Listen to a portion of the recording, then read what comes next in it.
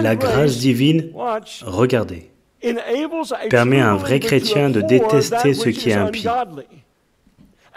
Un vrai chrétien ne peut pas librement s'adonner au mal. Bien qu'il puisse pécher, il ne peut pas pécher librement et habituellement avec joie. Pourquoi? Pourquoi est-ce comme ça? Parce que s'il dit que la grâce l'enseigne toujours, le guide toujours, le discipline, elle exerce toujours son influence sur sa vie. Je suis entré un matin dans un McDonald's pour prendre le petit déjeuner avec le frère Paul Washer.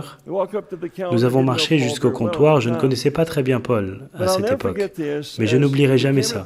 Alors que nous arrivions au comptoir et passions notre commande, la serveuse, elle posa le plateau et ensuite elle posa un set de table ou un apron dessus.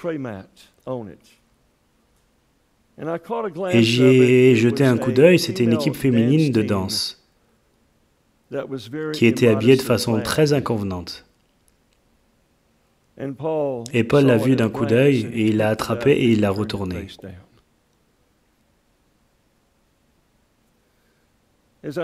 En observant la démarche de Paul, j'ai remarqué que c'était cohérent.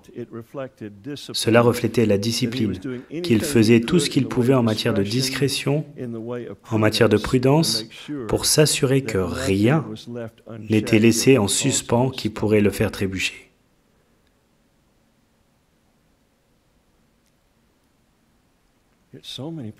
Tant de personnes qui se disent chrétiennes, elles regardent Internet.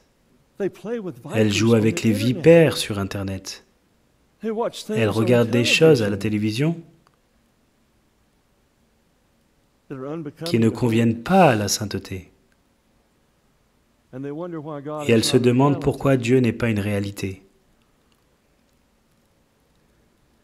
Le désir de poursuivre la sainteté, mon ami, se trouve dans la puissance de la grâce pour permettre aux vrais croyants d'éviter le mal.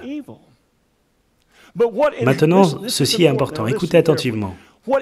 Ce qui le renforce, malgré son influence, de vivre pour la justice, c'est quand nous prenons l'initiative dans la foi de nous discipliner à la sainteté.